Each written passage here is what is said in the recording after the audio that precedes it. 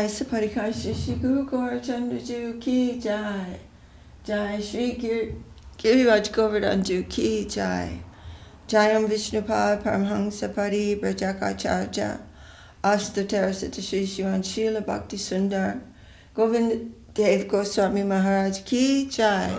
Jayam Vishnupad Paramhansa Pari Brajakacharya Astaterasita Shri Shivan Srila Bhakti Rakak Sri Dardev Goswami Maharaj Ki Jai. Jai, welcome to Sri Chaitanya Saraswat Mission Morning Class. Dandavat. Haribol. Vandeham Shri Guru Shri Chita Parakamalam Shri Gurung Vaishnavangscha Shri Rupam Sagrajatam Sagana Raghunatam Vidangstam Sajivam Sadvetam Savadutam Parijana Sahitam Krishna Chaitanya Devam Shri Radha Krishna Padam Sagana Lalita Shri Vishakam Vidangscha Om Ajnana Timirandasya Gyananjana Shalakaya Chakshurun Militam Jena Tasmai Shri Gurave Namah.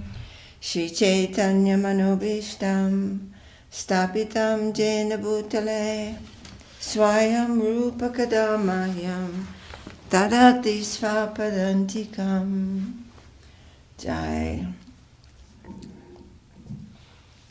All right, here we are. You want a copy, Prabhu? Later. Jai Shri Shri Chaitanya Charitamrita Ki Jai. Srila Krishna Das Kaviraj Ki Jai. Jai. Srila Om Vishnupada A.C. Bhaktivedanta Swami Prabhupada Ki Jai.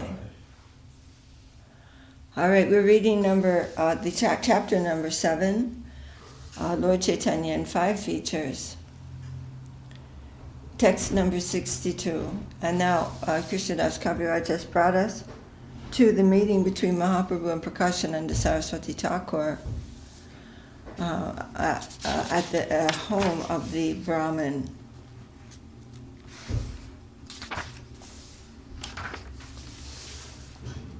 So Mahaprabhu's come in, offered obeisances, he washed his hands and feet, he washed his feet, and then he sat near the place where one does that, where one washes his feet.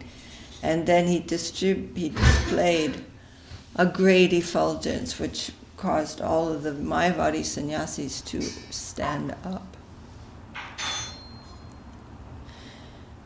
Haribol. When the sannyasis saw the brilliant illumination of the body of Sri Chaitanya Mahaprabhu, their minds were attracted, and they all immediately gave up their sitting places and stood in respect.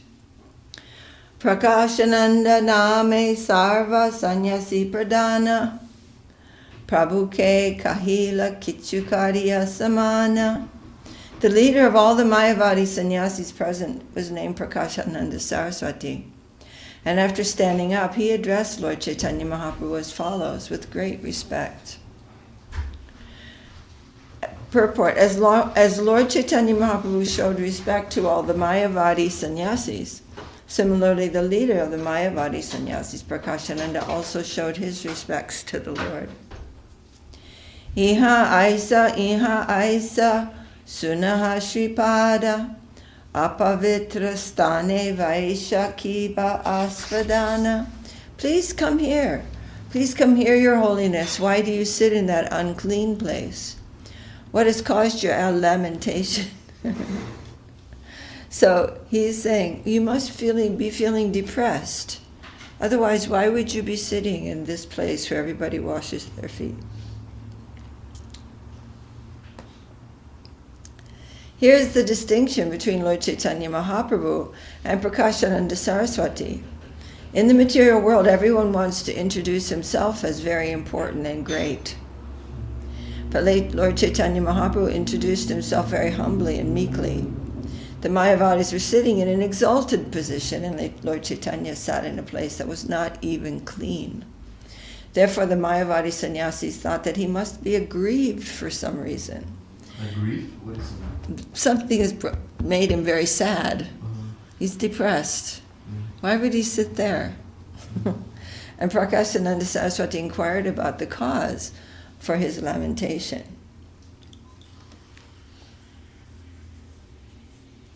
Prabhu kahe ami ihina sampradaya Tomasabara sabaya vasitena jujaya. The Lord replied, I belong to a lower order of sannyasis. Therefore I do not deserve to sit with you. Dinahin.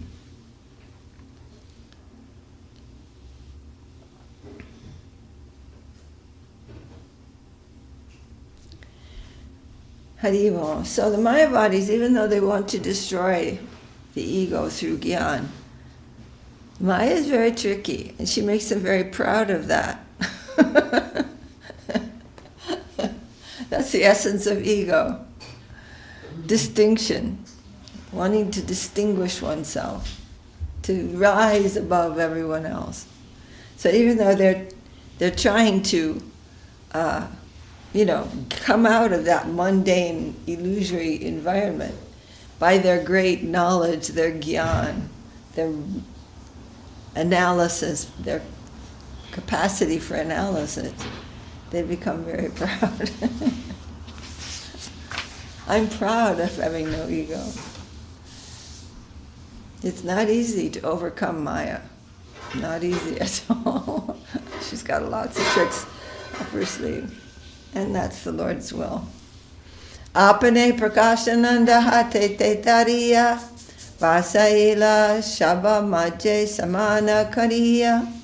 Prakashananda Saraswati, however, caught Sri Chaitanya Mahaprabhu personally by the hand and seated him with great respect in the midst of the assembly. The respectful behavior of Prakashananda Saraswati toward Lord Chaitanya Mahaprabhu is very much appreciated. Such behavior is calculated to be agyata sukriti, or pious activities that one executes unknowingly. So he really didn't know who Mahaprabhu was. But still, that circumstance encouraged him to behave nicely towards Mahaprabhu. Thus Sri Chaitanya Mahaprabhu very tactfully gave Prakashananda Saraswati an opportunity to advance in agyata sukriti so that in the future he may become a Vaishnava sannyasi. Puchila tumhara nama Shri Krishna Chaitanya Keshava Bharatira Shishyatate Tumidanya. Prakashananda Saraswati then said, I understand that your name is Shri Krishna Chaitanya. You are a disciple of Shri Keshava Bharati, and therefore you are glorious. Sampradayika sannyasi tumi raha e grame kikarane ama shabharana karadarshane. You belong to our Shankar Sampradaya and live in our village, Varanasi. Why then do you not associate with us? Why is it that you avoid even seeing us?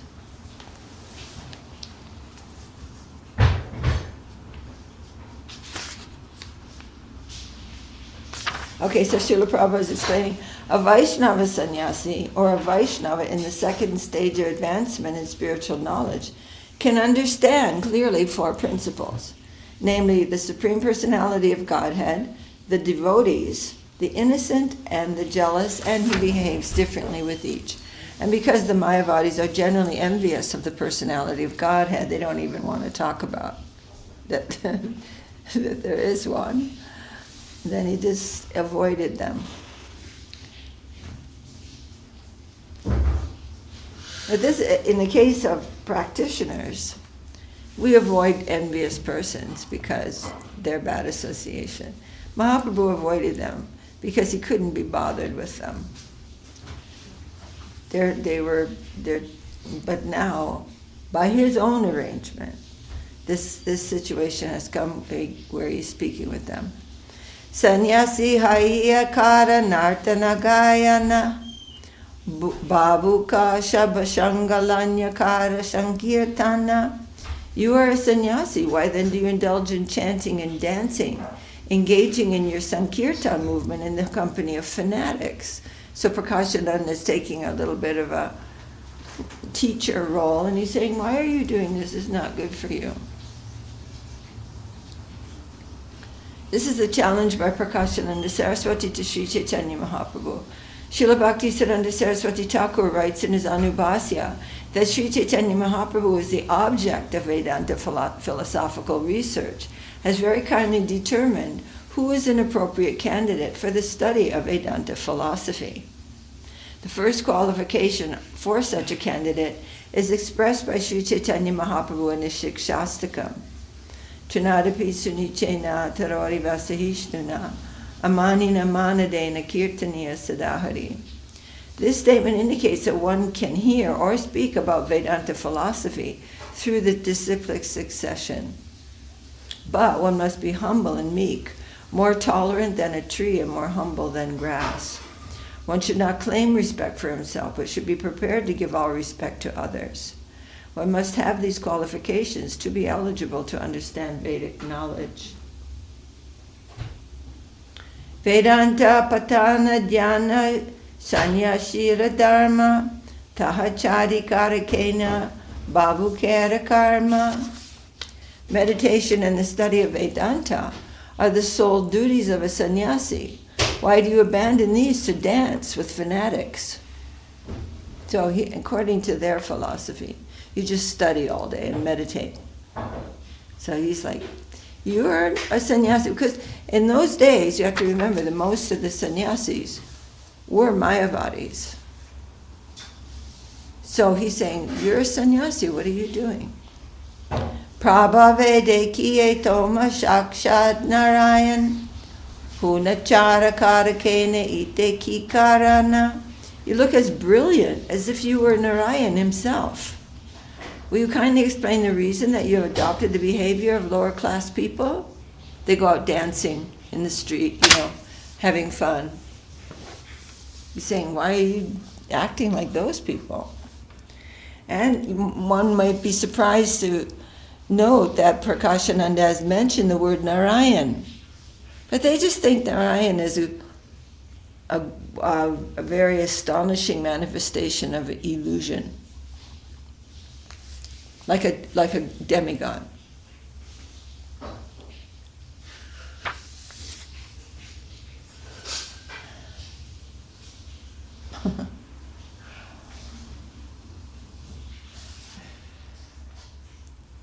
Prabhu kahe shuna Shripadi hara karana Guru more murka deki karila shashana.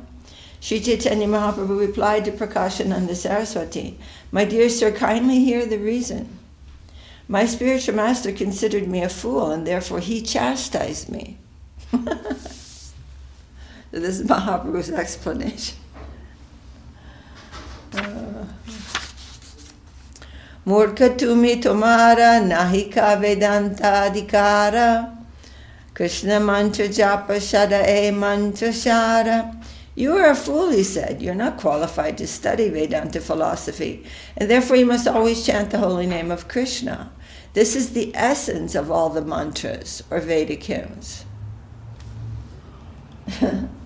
So two things are being said here by Mahaprabhu. One, he's saying, my spiritual master said I'm too much of a fool to spend my time studying Vedanta. So you just go straight to the greatest mantra. All of the Vedanta sutras are mantras. They're all, verses, essential verses from the Veda. But so you just chant this is the best mantra. You just chant this one and don't bother with Vedanta philosophy. So Srila Prabhupada is saying, Vedescha sarvera hameva vejo vedanta krit veda vid eva chaham, and that's spoken by Krishna in Bhagavad Gita. By all the Vedas, I am to be known. The Veda is to know me.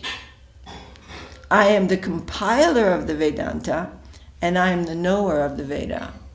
I know what it's for. And anyone who's studying the Veda must come to me, ultimately.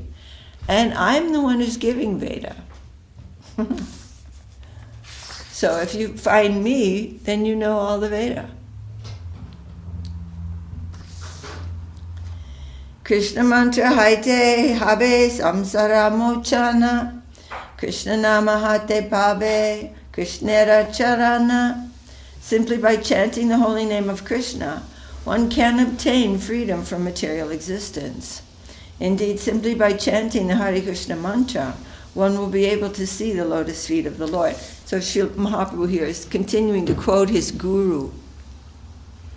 Simply by chanting the holy name of Krishna, one can obtain freedom from material existence. Indeed, simply by chanting the Hare Krishna mantra, one will be able to see the lotus feet of the Lord.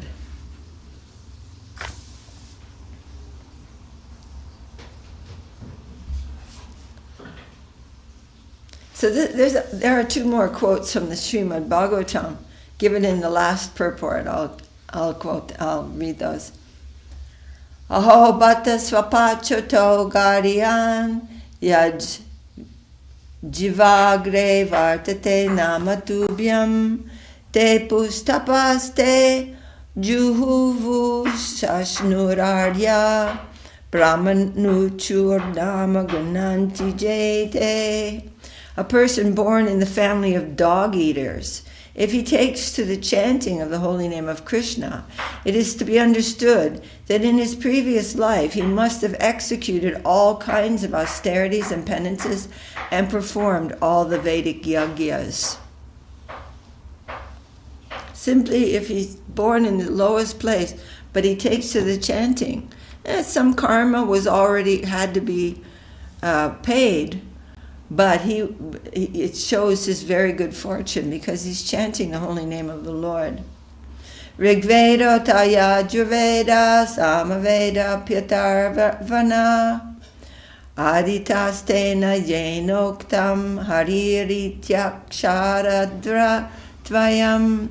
A person who chants the two syllables Hari has already studied the four Vedas, Sama, Rig, Yajur, and Atharva. All right. So you can't just accept part of a thing. What is said, you can't just say, oh, it says this, but it also says this, and those have to be harmonized. So all these verses are there, and they're very supreme verses. They're talking about what is the goal of the Veda and how best to achieve it. So they can't be left out. Krishna mantra haite habe samsara mochana. Krishna nama haite pabe Krishnera charana. Simply by chanting the holy name of Krishna, one can obtain freedom from all material existence. Indeed, simply by chanting the Hare Krishna mantra, one will be able to see the lotus feet of the Lord. So Mahaprabhu is continuing to quote his guru. In his Anubhasya, Sri Bhaktisiddhanta Saraswati Goswami says that the actual effect that will be visible as soon as one achieves transcendental knowledge is that he will immediately become free from the clutches of Maya and fully engage in the service of the Lord. Unless one serves the Supreme Personality of Godhead, Mukunda, and Mukunda is being used here very specifically as the name of the Lord, meaning one who will liberate one from all kinds of illusion. Unless one serves the Supreme Personality of Godhead, Mukunda, one cannot become free from fruitive activities under the external energy. However, when he chants the holy name of the Lord offenselessly, one can realize a transcendental position that is completely aloof from the material conception of life.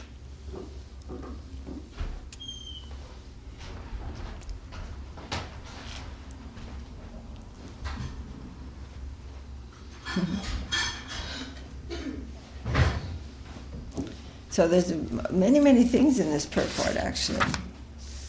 So I guess I'm going to read this for those who haven't read it yet. Unless one serves the Supreme Personality of Godhead, Mukunda, one cannot become free from fruitive activities under the external energy.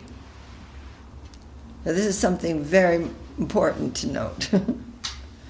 Can do so many different kinds of things, so many adjustments, so many regular adjustments, mental adjustment, or even yogic things, or gyan, karma, all these things. We cannot come out of Maya unless one serves Krishna, because the very definition of Maya is not to see Krishna. That is what it means. Rendering service to the Lord, a devotee relates to the personality of Godhead in one of the 5 relationships, namely Shanta, Dasya, Sakya, Vatsaya, or Madhurya, and thus he relishes transcendental bliss in that relationship. Such a relationship certainly transcends the body and mind. It has nothing to do with the body and mind. It is the awakening of the soul. When one realizes, in the process many things are done with the body and with mental, having to, manasakroda, vegam, all these things are there. But that awakening of the divine relationship, that is beyond all of that.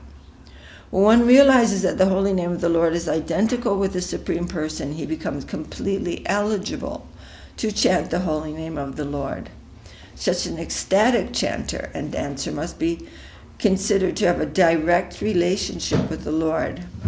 So, according to the Vedic principles, there are 3 stages of spiritual advancement. What are those, Haride? Sambandha, Prayojan, Abhideya. Yes, Abhideya and Prayojan. Sambandha Gyan refers to establishing one's original relationship with the Supreme Personality of Godhead. Abhideya refers to acting according to that constitutional relationship. And Prayojan is the ultimate goal of life, which is to develop love of Godhead. Prema Pumarto Mahan.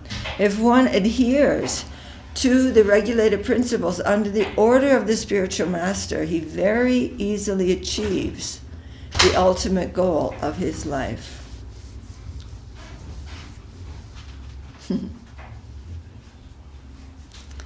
So here, we're not so familiar with Gyan, the process of Jnana Yoga, but it is very troublesome.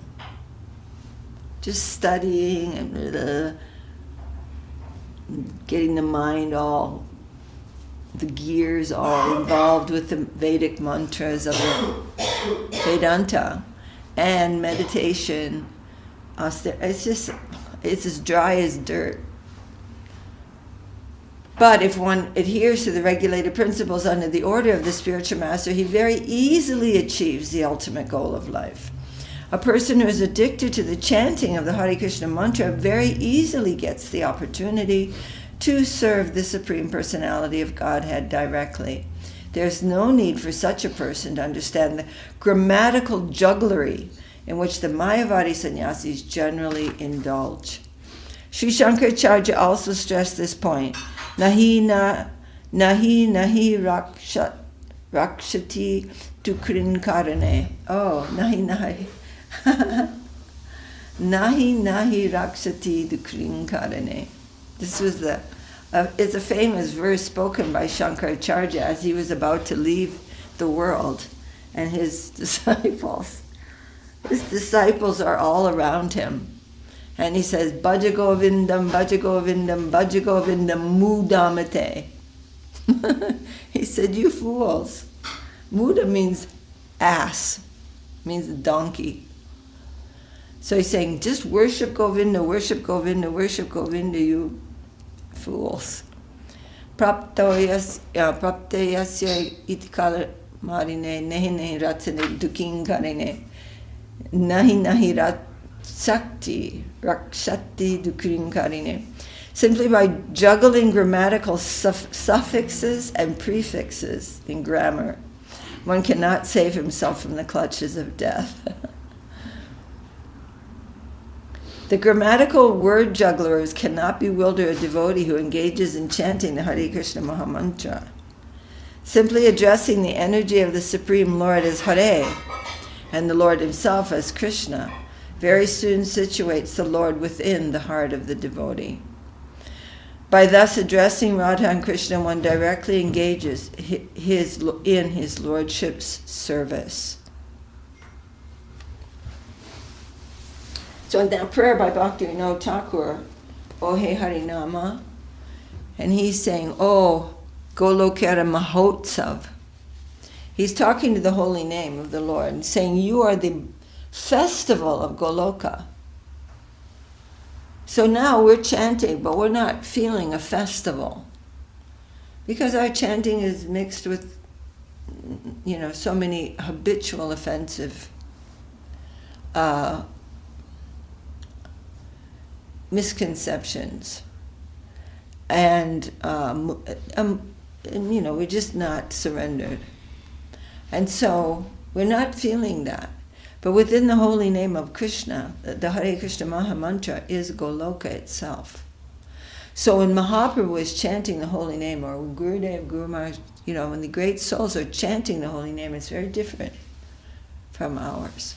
They're experiencing so many divine relationship with the Lord. So much reciprocation. There's a whole world there. And so easy to do.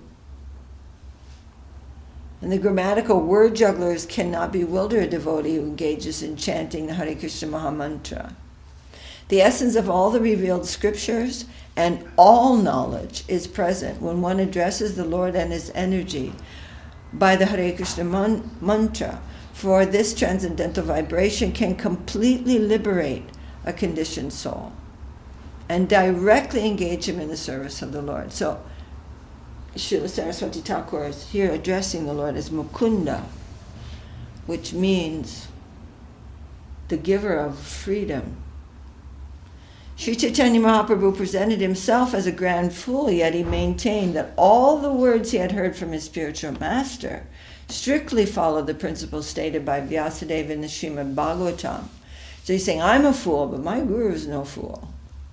Anartopashanamam Sakshad Bhakti Yogam Adhokshaje Lokasya Janato Vidvangs Chakre Satvata Sanghidam. The material miseries of the living entity, which are superfluous to him, can be, in other words, they're external to him. They're not an integral part of his nature. The material miseries of a living entity, which are superfluous to him, can be directly mitigated by the linking process of devotional service. So what is the word for linking? Connecting. Huh? Nothing. Connecting. No, the Sanskrit word is yoga, or yuj. It means to link. So really, yoga is meant to develop love of God. Whenever I'm out and I give somebody a card, an invitation card, I always tell them that. This is devotional yoga, it's not physical yoga. Because in the ancient scripture, we read the oldest books in the world there. And actually, the actual purpose of yoga is to develop love of God. And people are like, oh.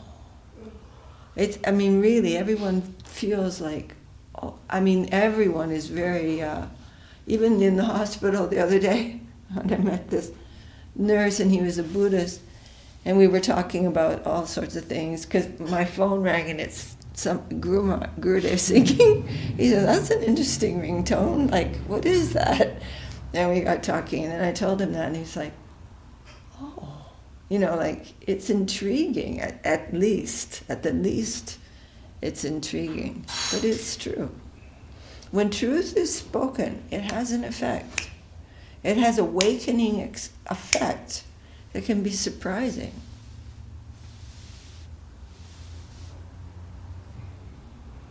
Untruth is a covering, but truth is a light, and one can feel that. One can overcome all misconceptions and entanglements in the material world by practicing bhakti yoga. And therefore, Vyasadeva, acting on the instruction of Sri Narada, has very kindly introduced the Srimad Bhagavatam to relieve the conditioned souls from the clutches of Maya. Lord Chaitanya's spiritual master instructed him, therefore, that one must read the Srimad Bhagavatam regularly and with scrutiny. What does that mean? Scrutiny? Like the exhaustively observing something. Yes. Exhaustively observe it. Yes, one has to be consciously and put effort into understanding what one is reading. Some effort is always there. We're chanting, thinking about this, the phone's sitting right there, like a little monster, taking our attention. One has to put an effort. The living being, we, souls, have left the service, we have decided against the service of the Lord and come into the mundane plane. And we must, by our free will, make effort to come out of that situation. It's not like it's just going to fall on our heads. The opportunity has come. And the practice is so powerful and so easy. But we must do it.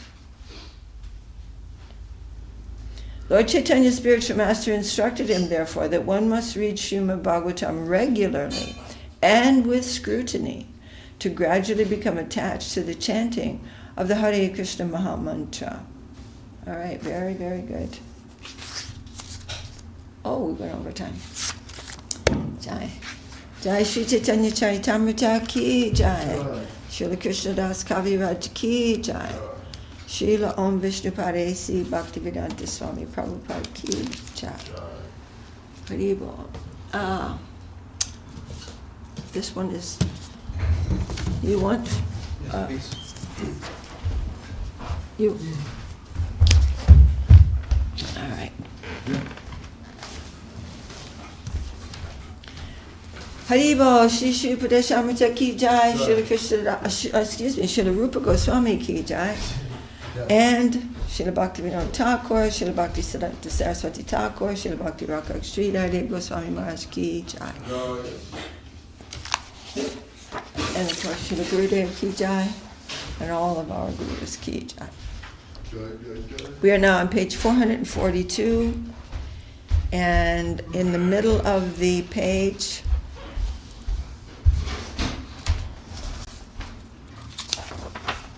so we've just been reading about Nishchay, and now this is Srila Bhaktivinoda Thakur's essay on Dhairya.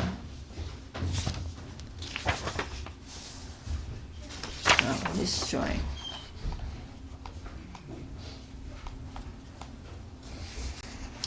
Conviction, and then Nishchay means conviction, and Dhairya means perseverance.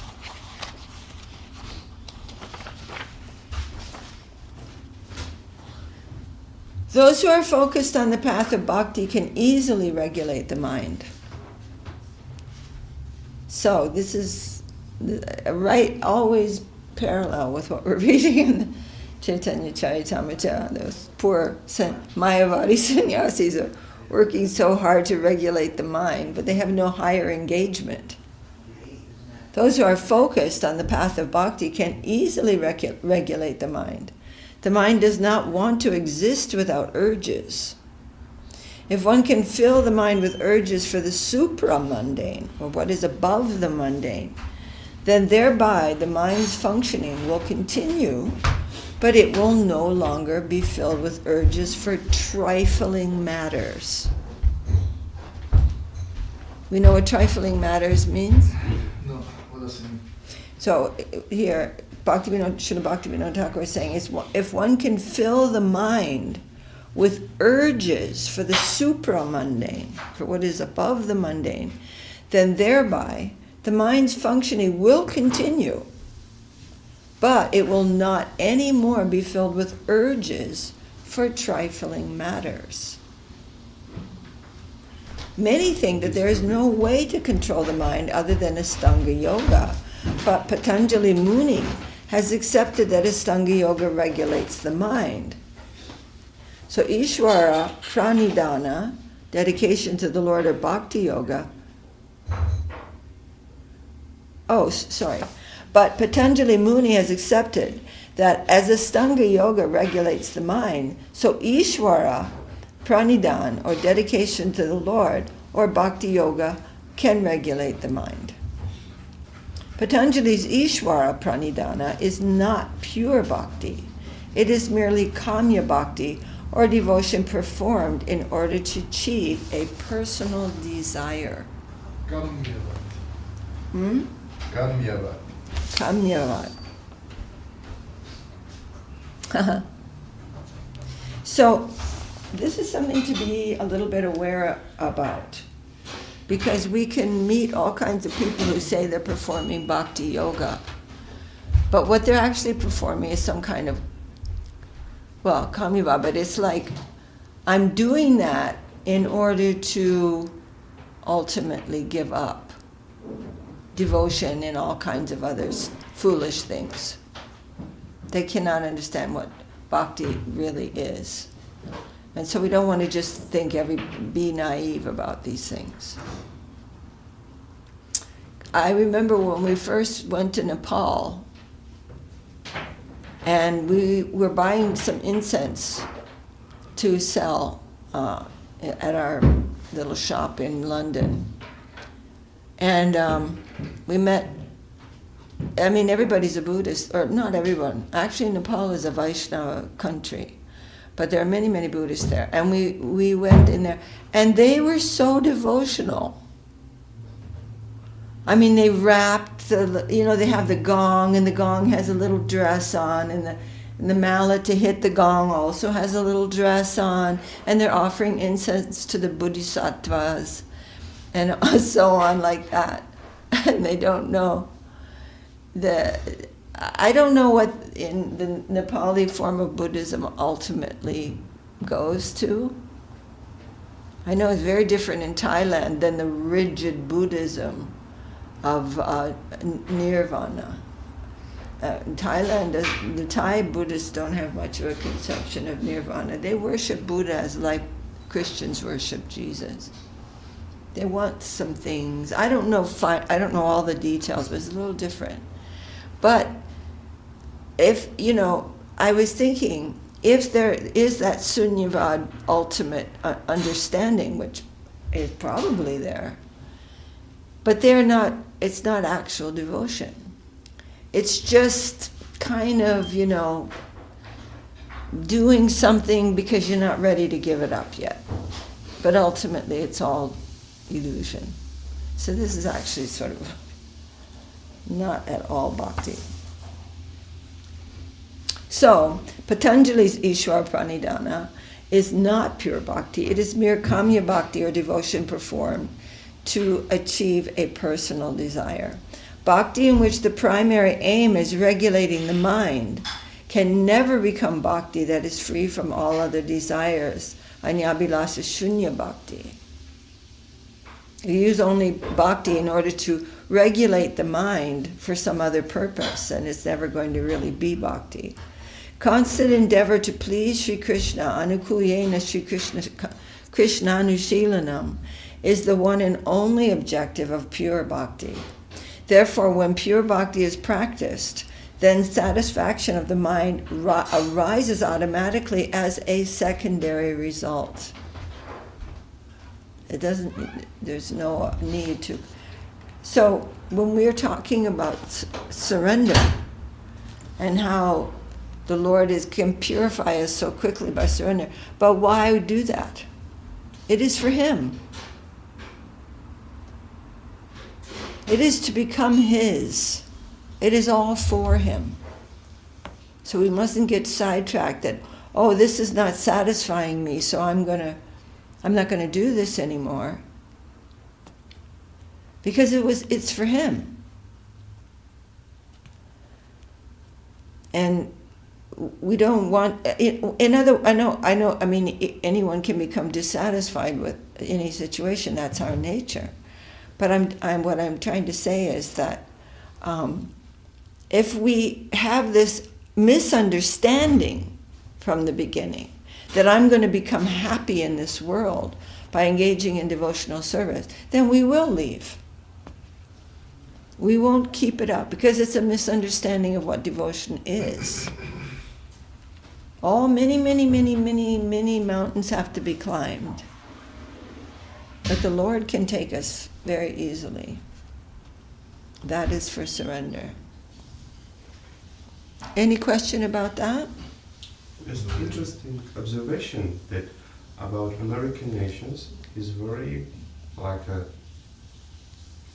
desire for win, for fight, for struggling. Yeah.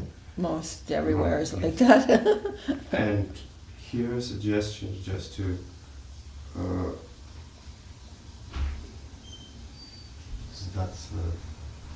to be like a free, don't fight. No, Just to, it's not to fight. It's if you have to fight, you will fight for Krishna. And I mean, Bhagavad Gita is spoken on a battlefield, but it is the personal motivation that gets in the way. Whatever one has to do, whatever one's talent is, he can use it in devotional service. Like you're a psychologist, and a highly qualified psychologist, and you can use this.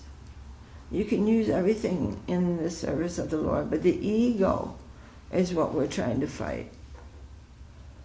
And everyone is trying to dominate. You go down to a place, like I remember going by some homeless people in the park, and they're living actually literally under a cardboard box. And they were criticizing some people across the street. It was quite, it was a painful thing to hear, but they were saying, oh yeah, look at that guy, man. He thinks he's a player. That's what they were saying. And I was thinking, the ego will stand in every circumstance. And the only way to defeat that, look at a fly has some ego. You'll fight with another fly. The ego is the problem. And so, it's true, there's a huge ego in all Western culture. Less in Eastern culture. Eastern culture is a lot more based on, there's an expression in Thailand that is sort of let it go, let it happen. However, that is not spiritual. It just gives a more peaceful life. But spiritual begins when everything, whether peacefulness or war, is done in devotion. And then one can do anything. His ego is going away. So that is a really fine and important point. Like, for example, Vrindavan Das Thakur said, I have done everything to try to bring this news about Mahaprabhu to you people. And if you don't accept it, then I want to kick your head. And Srila Guru Maharaj was saying, when he heard this, he thought, this is not this kind of cruel expression. This is not a very nice thing to hear from a Vaishnava. And he was really wondering about it, because Krishnadas Kaviraj is saying, I'm lower than the worm in the stool. Nobody should even say my name. And he's, the humble Vaishnava. And Vrindavan Das Thakur, not so humble. This is what he was thinking. But then Srila Saraswati Thakur explained it. He said, Vrindavan Das Thakur is thinking, I have given all this wonderful news about the mercy of Mahaprabhu, and the only thing that will save you if you can't accept that is if I offend you. And then Mahaprabhu will come and give you comfort, because I'm his. So just like if a child beats another child, then the mother will take that child who's been beaten and bring him in the house, give him some food, give him some comfort. So the only thing that will save you is if I do something terrible to you, and then the Lord will come and save you himself. So it's hard to understand the behavior of a Vaishnava always, but his whole existence is the service of the Lord. He doesn't have a breath that's not for Krishna's service. His practice is for the Lord's service, or for this and the service of his guru. That song, Shri Rupa Banjari, say tapa, say vrat, say more mantra jap. Whatever I do, whatever austerity I do, whatever promise, say vrata, say tap. Whatever promise I make, whatever vow I make, whatever tapasya I do, whatever mantra jap I am doing, that is all for you. So we're not trying to find peace on earth. Peace on earth is, you might find a minute when you're not in a wave in the ocean, but that's a short minute. We don't want this plane of exploitation anymore. It's foul. It's nasty from the very beginning and from top to bottom. The mode of good, heaven is very peaceful, generally.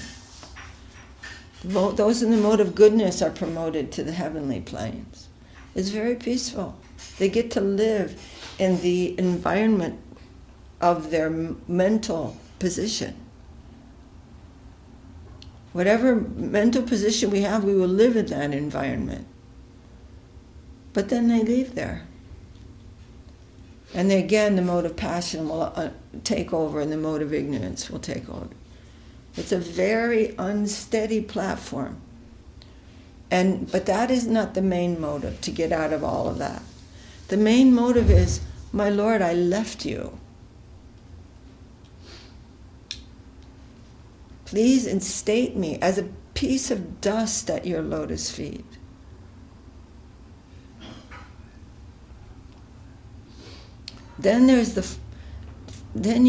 So that's the main thing about bhakti yoga that is being praised in all the scriptures and by all the great personalities, is that it not only, just simply by endeavoring to awaken one's natural love for the Lord, who wouldn't love him? Its very nature is that if you come into any contact with him, you will serve him. You can't help yourself. Your heart is overflowing. And automatically leaving the mundane atmosphere, that is automatic. Millions and millions of years of austerity and practices cannot compare to a year of, what was that word? Scrutinizing understanding of surrender.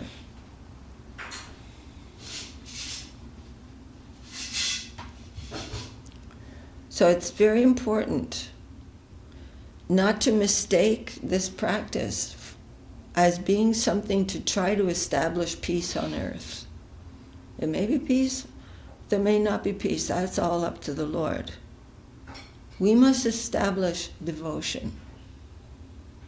Devotion is anyavilasita shunyam anukulyena krishnam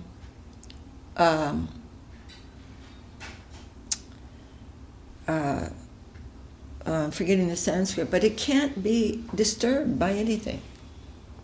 The whole world can go up in flames, and devotion is not even affected by that. But the mental peace of some ordinary adjustment, that will definitely be affected. It is still not the awakening of the self. That is where security is existing. Because nothing can disturb bhakti. Nothing. Nothing at all. Everything will be helpful. Every single thing that happens will increase bhakti. That is real yoga.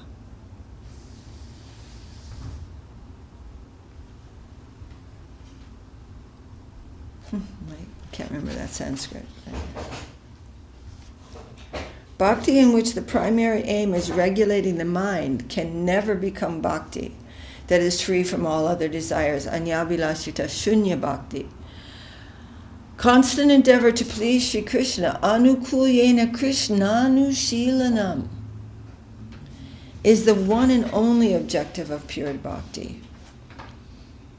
Therefore, when pure bhakti is practiced, then satisfaction of the mind arises automatically as a secondary result. Just like if we pour water on the root of the tree, the whole tree is nourished. Tasnat kenapyapa yena mana krishne niveshaye. Somehow or other, fix the mind on Krishna. If we follow this instruction, then the mind will be engaged at the lotus feet of Krishna, and it will not easily run off into other subjects. Thisism, thatism, through pure cultivation.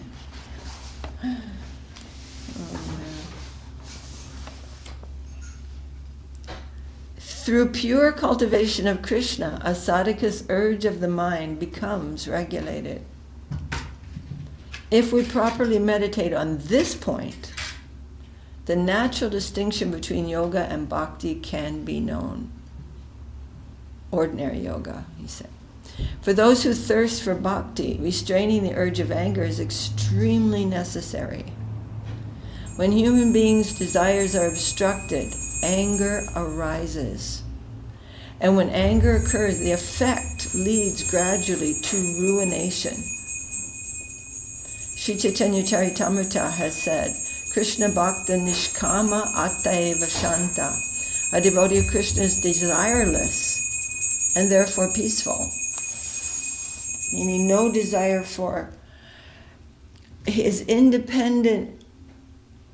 You see, we all know this, but it is nice to be reminded every day that we have this pattern. We have a map or some diagram of how we think the world should be. Every single one of us has this. And it's all like our latest version of what's going to work for me. What's going to work for me, and if we have some concern that it'll be broad enough to work for a lot of people. What's going to be the thing that is going to make us all happy? Or just me happy? Or just me and my family happy? Or me and my country happy? Or me and my school football team happy? And we've got this. And when that doesn't happen, we become angry. So there's a little bit of a dilemma there, because we do make plans.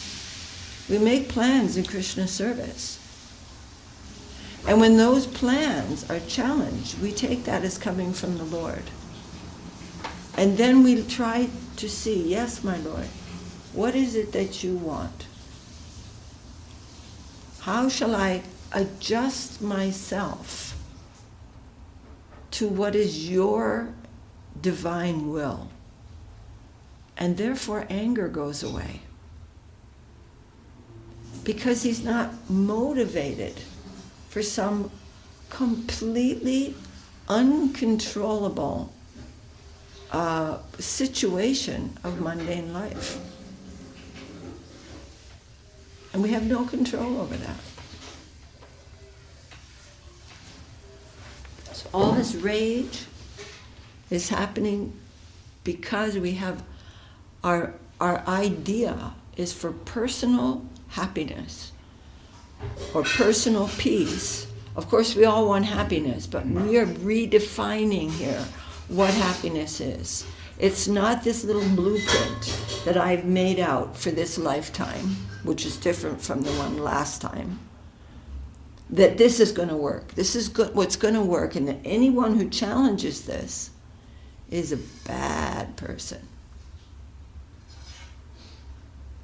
I mean, there are bad people in the world, but we are seeing in terms of the Lord's will and adjusting ourselves.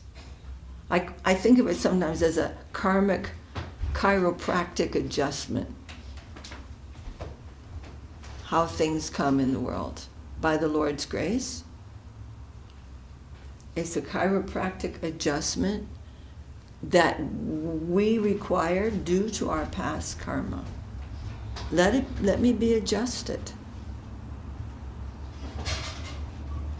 And encourage others to allow that adjustment to happen in their lives for the sake of the Lord. And then the whole thing will disappear. The material world will no longer exist in the subjective experience of those persons, because it is subjective. It's not a place, it's a mood. And that mood colors all of our vision of everything. We are misperceiving reality. But the central, many things can be done in the meantime to help. Like we go to the doctor if we're sick. We take some medicine. We have some exercise.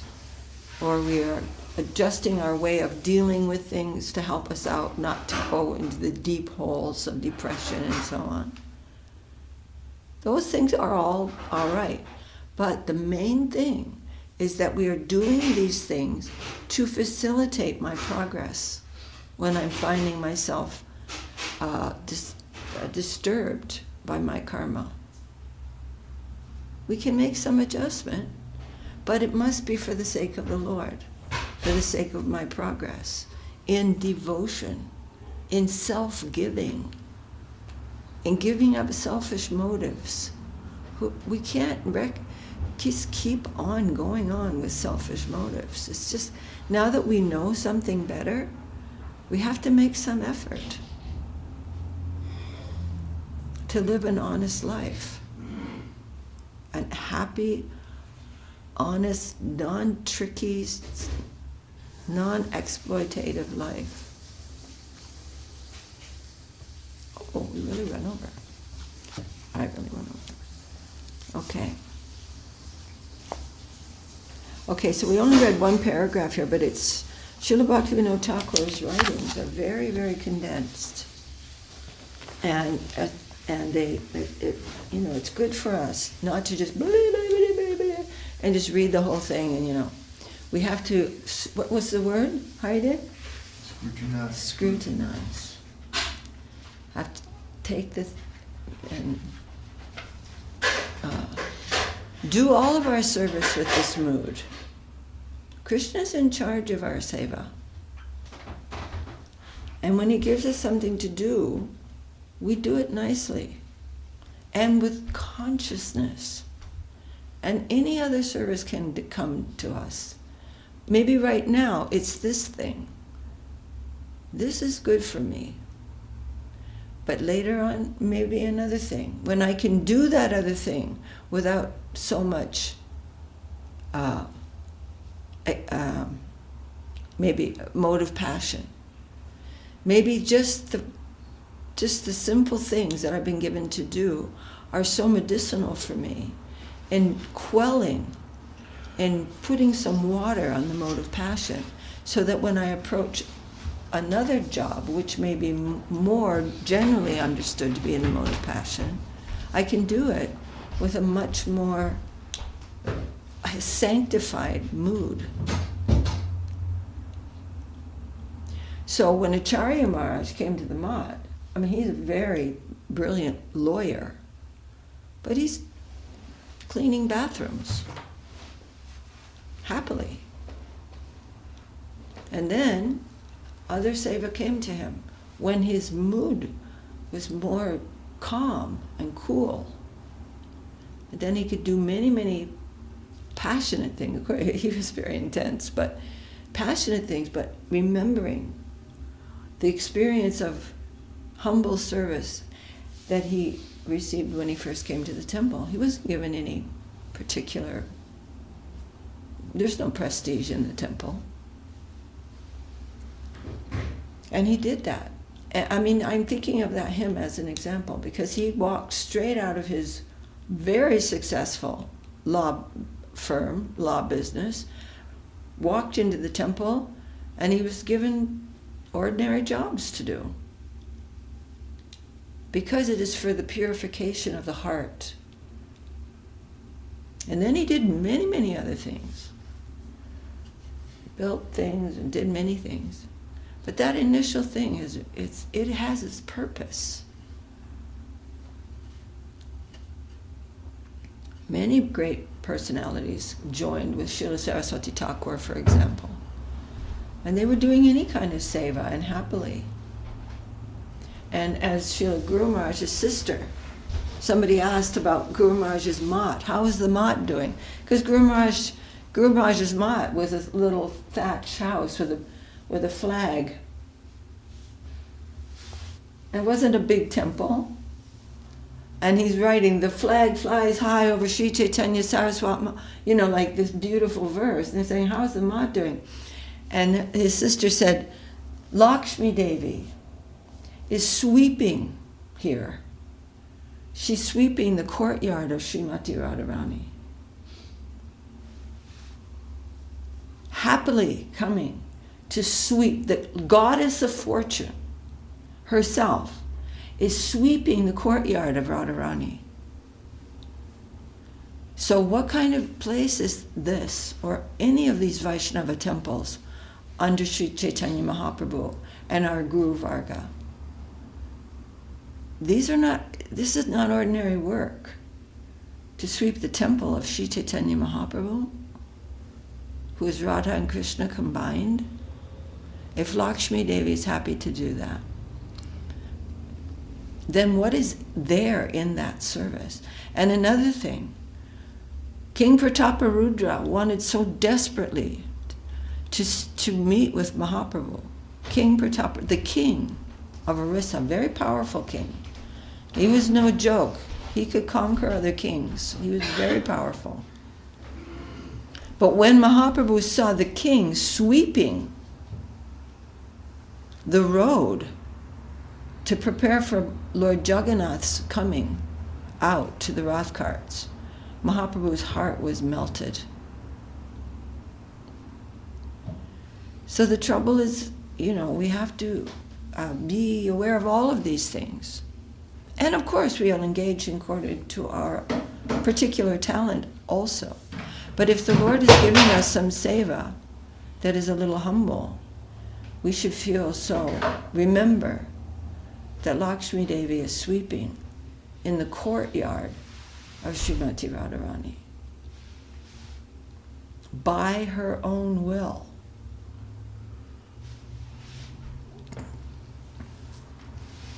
So we're scrutinizing what is this process. Deeply looking, what is this? Have I been cheated?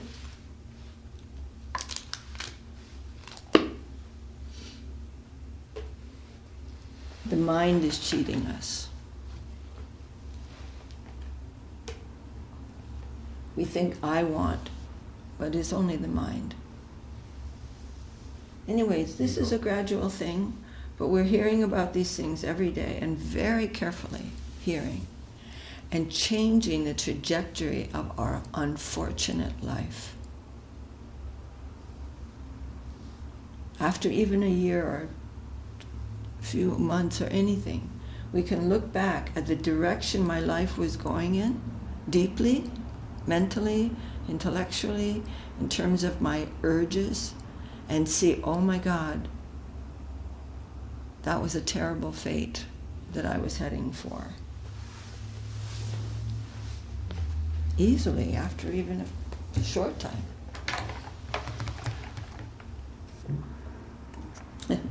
Jai Shri Upadesamrta ki Jai, Srila Rupa Goswami ki Jai, His Divine Grace Srila Satchidananda Bhaktivinoda Thakur ki Jai. Hari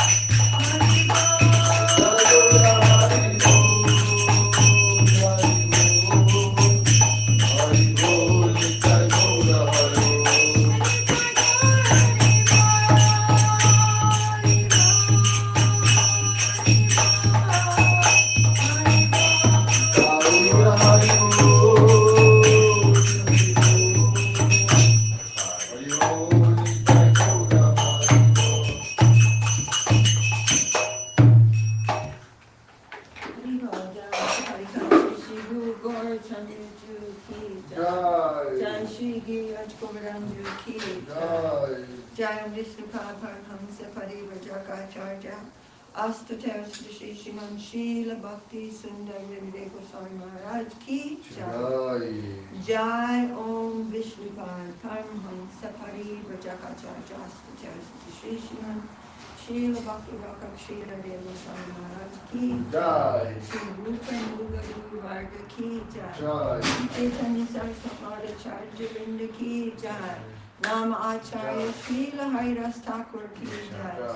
Sri Narottam Sharananda Srinivas Thakur Prabhu ki Jai. Saparshad Sriman Mahaprabhu ki Jai. Saparshad Sri Nityananda Prabhu ki Jai. Shri Shri Radha Krishna Gopa Gopinath. Gopa Gopinath means? The gopis. Gopa. Gopa is the cowherd men or cowherd boys, and Gopi, cowherd ladies. Nath means the Lord. So Gopa Gopinath, the Lord of the cowherds. Alright. Gopa Gopinath, Shyamakunda, Radha Kunda, Giri Govardhan ki Jai. Shri Chaitanya Saraswat Mat ki Jai. Tari Sakamat ki Jai. Shri Chaitanya Saraswat Mission ki Jai. Kol Kartal ki Jai. Harinam Sankirtan ki Jai. Samaveda Vaishnava Mandala ki Jai. Samaveda Bhakti Vrinda ki Jai. Nittai Gaur Premanandi Haribo. Jai Srimati Shri Akademi ki Jai.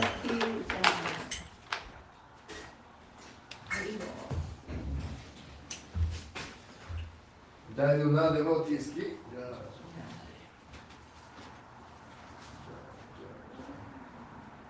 Haribo, Haribo.